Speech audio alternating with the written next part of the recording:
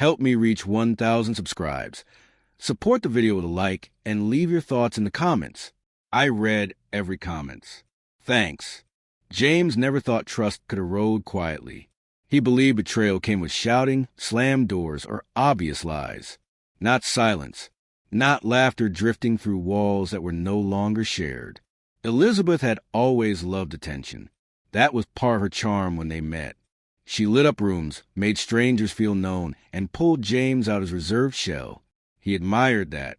For years it worked, until it didn't. Lately, her nights out had multiplied. Work events turned into after parties. Girls' dinners stretched past midnight. James didn't interrogate. He didn't check phones or demand locations. He told himself that marriage meant space, not surveillance. Still, something in him tightened every time she left dressed a little sharper than usual, perfume lingering longer in the hallway. That Saturday, Elizabeth said she was going to a birthday party downtown. She kissed his cheek quickly, already halfway out the door. James watched her leave, the house falling quiet behind her. Hours passed. 10, 11, midnight. He tried reading, tried sleeping. His phone buzzed once. A photo notification from a mutual acquaintance. Elizabeth, laughing at a rooftop bar, pressed close to a man James didn't recognize. His arm rested too comfortably around her waist. James stared at the image longer than he should have. He didn't feel rage. He felt clarity settling in, cold and steady. If this story already resonates with you, take a moment to like this video so it can reach others who might need it too. He set the phone down and walked to the door. Without dramatics, he turned the deadbolt, then the chain. He went to bed and slept deeper than he had in months. At 2:17 a.m., pounding shook the door. Elizabeth's voice cut through the hallway, sharp and panicked. James didn't move. His heart raced, but his body stayed still. After minutes, the pounding stopped. His phone lit up with missed calls. Texts followed. Confusion turned to anger. Anger turned to threats. He read none of them fully. Morning light filled the kitchen when James finally rose. He brewed coffee slowly.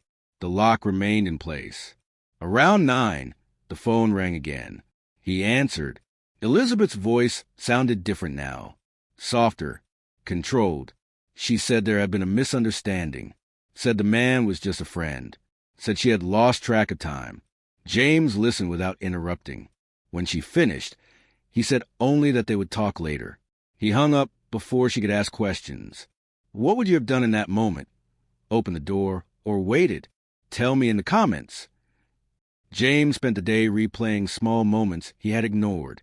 The sudden password changes. The defensiveness. The way Elizabeth flinched when he touched her shoulder recently. None of it screamed infidelity alone. Together, it formed a pattern he could no longer deny. By evening, Elizabeth returned. She stood outside, calmer now, asking to be let in. James opened the door, but didn't step aside. They faced each other like strangers. She apologized again, carefully. He asked one question, quietly. Who was the man? Elizabeth hesitated. Just long enough. Her eyes dropped before she spoke his name. That pause told James everything. He stepped back and let her enter. Not out of forgiveness, but finality. They sat at opposite ends of the table. Elizabeth cried, said it meant nothing, said she felt neglected. James absorbed the words without reacting. If you're following the story closely, type the word clarity in the comments if you believe truth always reveals itself. When she finished, James stood. He said he needed air. He walked past her, grabbed his jacket, and left. As he drove, his phone rang again. This time, it wasn't Elizabeth. It was an unknown number. He answered without thinking. The voice on the other end was calm, unfamiliar, and carried information that would change everything he thought he knew about that night. If you know someone navigating a situation like this, consider sharing this story thoughtfully. It might help him feel less alone.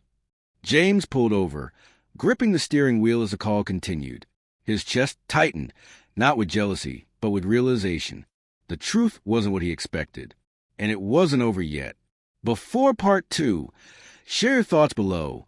Should James confront everything head-on, or stay silent and let events unfold. And if this story earned your attention, like, comment your perspective, and subscribe for a conclusion you won't expect. James sat in his truck long after the call ended, engine off, hands still gripping the wheel. The man on the phone had introduced himself as Daniel, a co-worker from Elizabeth's firm.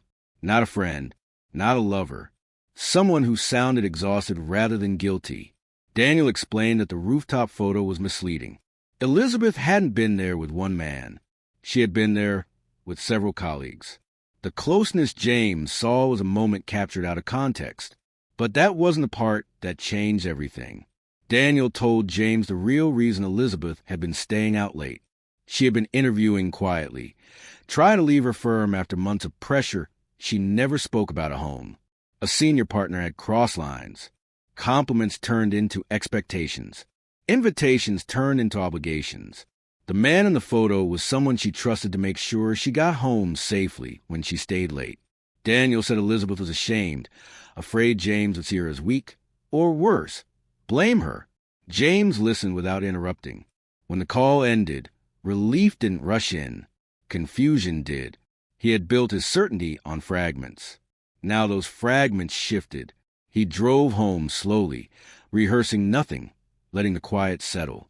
Elizabeth was sitting on the couch when he entered, eyes red, posture closed. She looked up, bracing for impact. James didn't accuse. He didn't apologize either. He asked her to tell him everything without editing. Elizabeth hesitated, then spoke.